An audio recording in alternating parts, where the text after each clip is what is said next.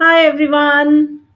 Welcome all of you to this session on editorial RCs. We've been doing a lot of editorial RCs over the past few weeks.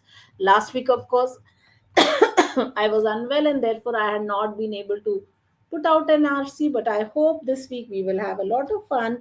I hope these sessions are helpful. We are trying to pick up as many editorials as I can. Today's editorial is from a very lovely magazine called Aeon Essays. Of course, it's an online magazine and there are lots of lovely essays in it.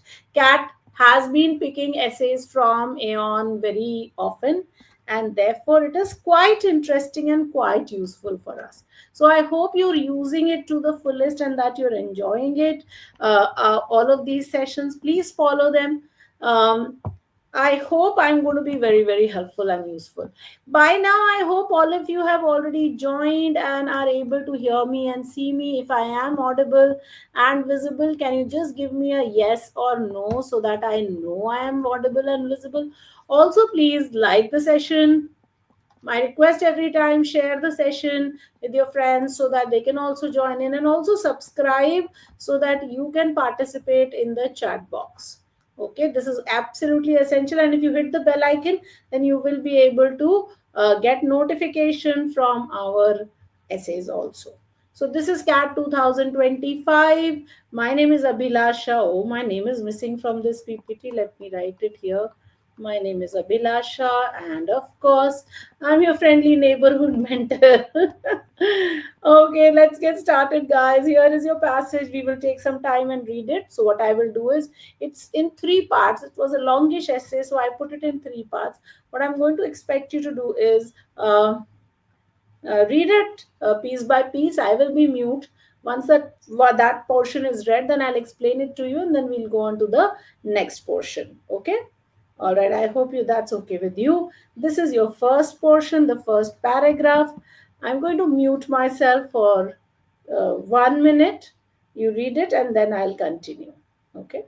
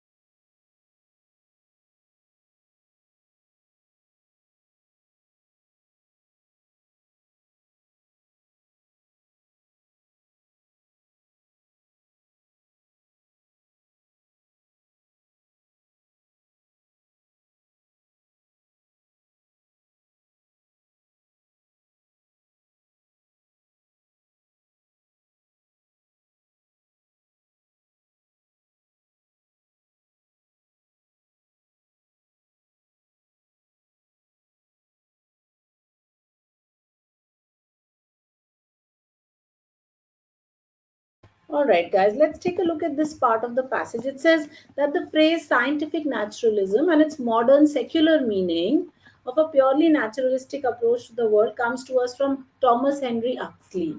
Now, Huxley was a very talented and energetic 19th century biologist who gained a formidable reputation. Formidable means very strong, okay, as Darwin's bulldog. So, he's somebody who's supporting Darwin in a big way. He was the one who popularized the use of the expression scientific naturalism and associated with it with the progress of modern sciences. Now, he was concerned with what he saw as the undue influence. Undue means actually unfair, too much influence, right? It was just too much. Influence of ecclesiastical authorities. Ecclesiastical means related to the church. Okay,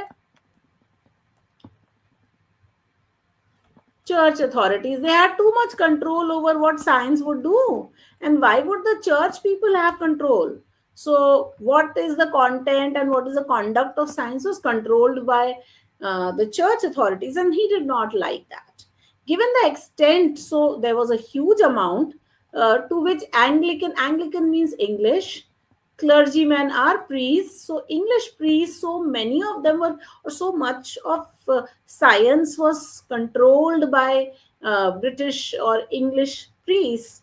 They dominated. They were everywhere. Scientific posts in universities and scientific institutions.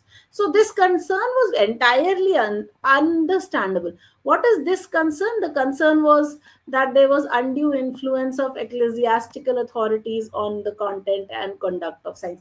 Remember, whenever you see a pronoun, you must always check what is it referring to, what is the kickback of this. So here the kickback, let me just mark it in a different color so we know that this concern refers to the undue influence of ecclesiastical authorities on the content and conduct of science. So he was worried about this. Okay, this concern was entirely understandable. So it was a very valid concern. With like-minded individuals, such as, who were these like-minded individuals? Irish physicist John Tyndall Huxley sought to wrest, means to wrestle, to snatch. He tried to snatch the control of science from religious establishment, from the church, okay, from the priests. Integral, very important to his mission. Integral means important or crucial to his mission, was a characterization of science as intrinsically naturalistic. So he said science is naturalistic, it is related to nature, as opposed to a theology means study of religion. Theos is God, so the study of religion and God is theology. Okay, and the theology was said to be intrinsically supernatural. So they were saying everything was beyond nature. Both of these terms used in this sense, which sense? In the sense of naturalistic and supernaturalistic. These terms, of course, refer to naturalistic and supernaturalistic. I've just marked them here so you know what these terms are. Okay. For coinages means creation. You coined them. For example, selfie was a coinage of the 21st century, right? So similarly, naturalistic and supernaturalistic were coinages of the 19th century. All right. So that's a very interesting passage. Let's go to the next part of the passage and we'll continue reading. Here you are again. I'm going to keep quiet and then let you read.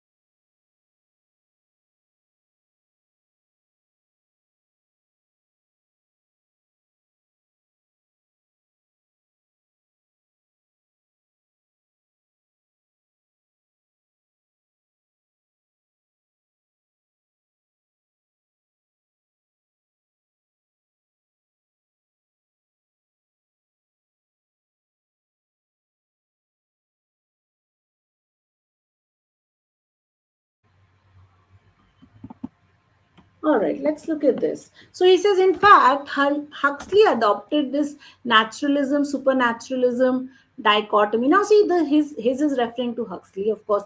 Again, I'm doing a noun pronoun kickback.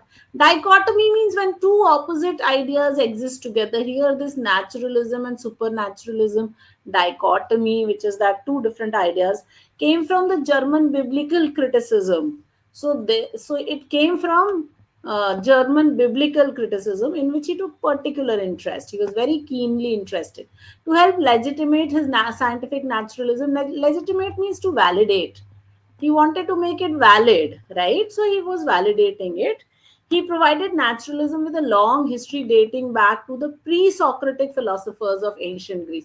Now, because he wanted people to understand that this was legitimate and not illegitimate because he was standing up against the church. He said that pre-Socratic, before Socrates, also those philosophers also were using scientific naturalism. History would show that supernaturalistic interference in the science had always been counterproductive. So his argument was that whenever supernatural influence happened on science, it had always been harmful. Counterproductive means harmful. Okay, it didn't help. Huxley went so far as to suggest, so he went that far that he went actually to suggest that the historical process of civilization could be understood as a perennial means something that is happening all year round. Okay, all year round struggle between two fundamentally opposed approaches. He said these two approaches are fundamentally opposed to each other. And this historical process of civilization is a struggle between these. In Essays upon Some Controverted Questions in 1892, he wrote, naturalism and supernaturalism have consciously, that means aware or unconsciously unaware, competed and struggled with one another, and the varying fortunes of the contest are written in the course of civilization. In Huxley's view, science was the enemy. So he was saying that science was the enemy of supernaturalism. So he did no, science was against supernaturalism. And the march of civilization was to be understood in terms of naturalism, gradually gaining the upper hand over supernaturalism. So civilization happened because naturalism became more important. Gaining the upper hand means winning, okay, over supernaturalism. All right. Now this is the last part of the passage. Again, I'm going to give you a little bit of time to read it, and then we shall continue with the questions. As always, I'm muting myself.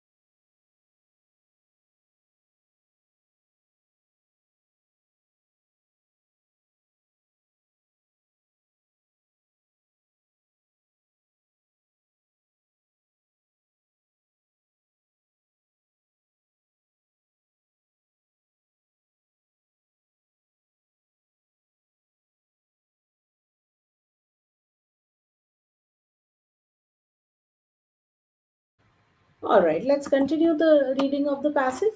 So he says, while Huxley was an excellent biologist and remarkably well read in contemporary philosophy and theology, so he read philosophy, he read theology, he was a biologist. His historical reconstructions left much to be desired. Now, he was a biologist, he was a theologist, he was a philosopher. Okay, he was reading all of that, but history, he was not so good. So now we say that what he did here was not really great. For a start, so beginning, scientific luminaries of the past such as Kepler, Descartes, Boyle, and Newton had, in fact, cherished strong religious beliefs and had typically regarded those beliefs as foundational to their scientific endeavors or to their scientific work. So lots of scientific luminaries had actually said that religion was important.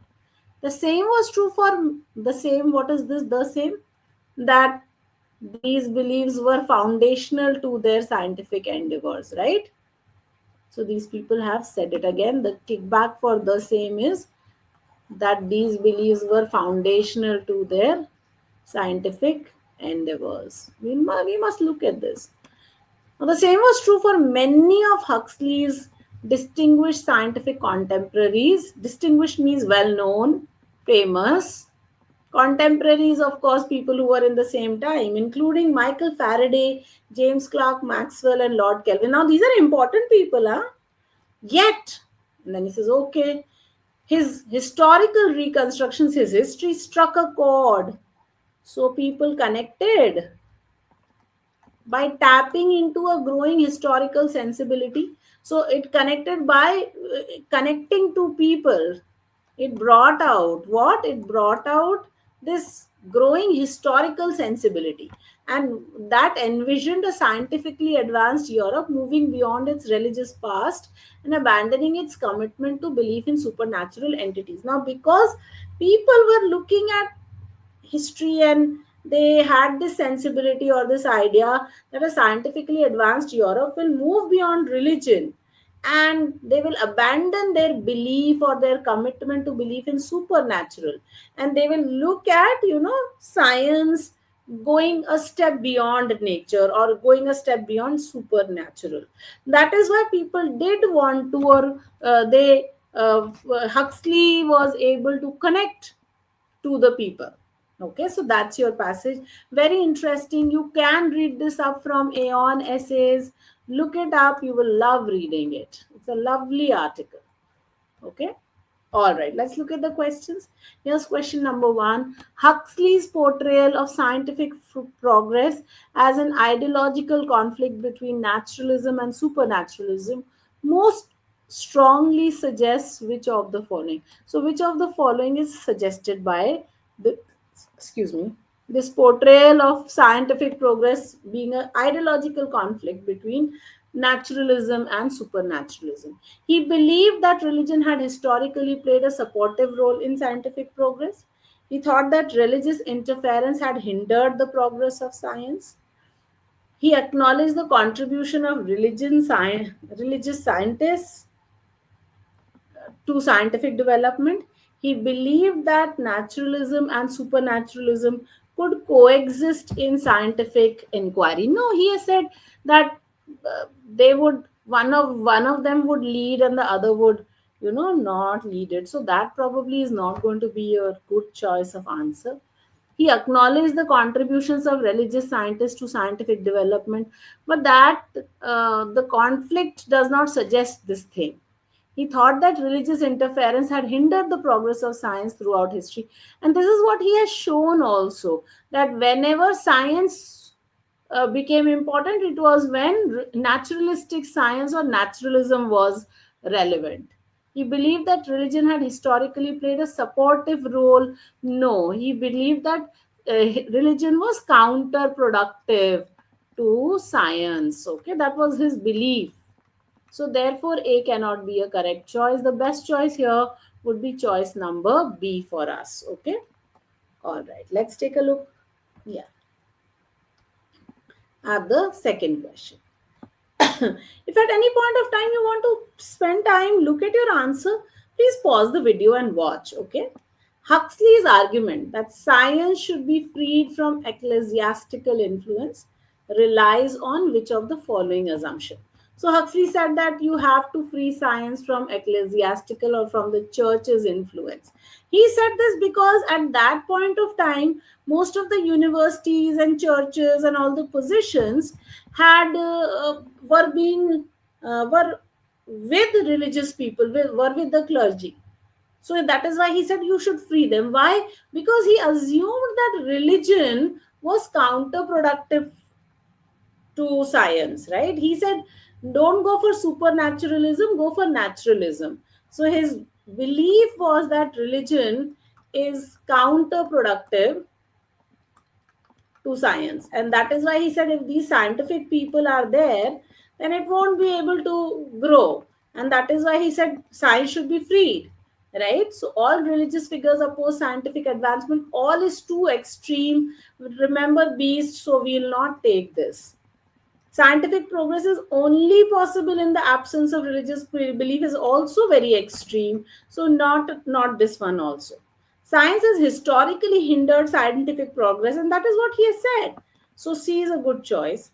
Scientific theory should be judged based on theological principle is false. It's not something that he has said at all, right? So therefore not D also. So the correct answer will be option number C, that religion has historically hindered scientific progress. Okay, option number C. Let's look at question number 3. The passage suggests that all of the following scientists maintained religious convictions except Isaac Newton, Lord Kelvin, Thomas Henry Huxley, and James Clerk Maxwell. Okay, so let's quickly take a second. Now, this is a question because it is very passage specific. So, just run into the passage and check. So, Michael Faraday, James Clerk Maxwell, and Lord Kelvin are all mentioned here. Okay, so Michael Faraday, Lord Kelvin. Okay, I'll have to look for the others. James Clerk Maxwell is also mentioned. Isaac Newton was also mentioned. No, Isaac Newton. Achha, Newton also had a strong belief, right? So, yes, so he's also mentioned. So, therefore, the one that is not mentioned is Thomas Henry Huxley, and that is your correct answer. Well, that was a very easy question. We knew Huxley did not have strong beliefs. Why did I even check? Okay. Huxley's conceptualization of scientific naturalism involved all of the following except. Okay. Oh, this is option number A. Okay. It is a rejection of supernatural explanation. Okay. So, what all did scientific naturalism involve? A rejection of supernatural explanations in scientific discourse. Yes, it involved this. The assertion that historical scientific progress had been hindered by religious interference, yes, it involved this. The argument that science and religion must coexist for the benefit of human knowledge, no, he did not say this. The promotion of a historical framework positioning naturalism, yes, it involved this. So, C was not there. He did not say coexistence because he did not want this thing, right? So, very correct will be option number C. Okay. All right. Let's look at question number 5. Huxley sought to legitimize the concept of scientific naturalism through all of the following. How was he trying to validate his concept? So, one, he tried to trace its intellectual lineage back to pre Socratic philosophers, which was, yes, something that he did. Engaging in theological debates with religious authorities, I don't think he did that. I'll put a question mark because I'm not very sure.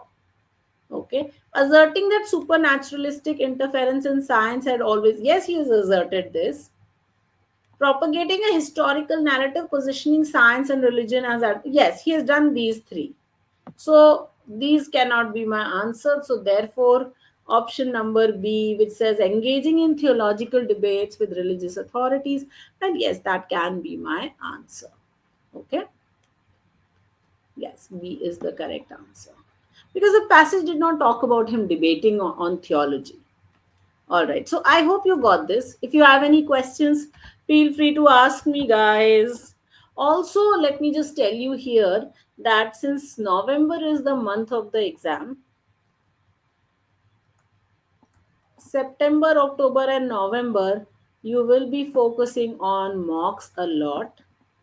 Okay. July and August should be months for serious revision, boot camps, and all. So, June, May, April, March. These 4 months are months that you should really focus on your concepts. My suggestion is that April and May, you focus on reading, you focus on vocabulary, and you focus on one RC every day. Okay, one RC per day. Try and do these three things for the month of April and March. For the month of May, by then you will be comfortable in vocabulary. So, May you can practice your grammar. Okay. And you can take your practice to 2 RCs per day minimum. Okay. And reading you continue. June you should do um, all the verbal stuff. Okay, the verbal ability stuff, VA stuff. Okay. and practice 3 RCs every day. Beyond this, and reading, of course, you continue. Beyond this, you can go and do a lot of revision. You can do 3 RCs, 4 RCs, that's your choice. Keep revising everything. You can continue your VA preparation into July also, that can happen. And then maybe in August, you can do your verbal reasoning, all of that. Okay. And keep practicing your RCs, 3 to 4 RCs, as you choose to. Okay. So this is something that you should do, guys. That can be a very good prep plan. Okay. All right. Since you don't have any much questions, you can just drop in the questions. I'll try and answer them in the next class. All right. Thank you, guys. I hope you have a nice day. Please remember to subscribe, like, and share the session. For any inquiry, you can connect to this number. My name is Abhilasha, and I wish you adieu for today.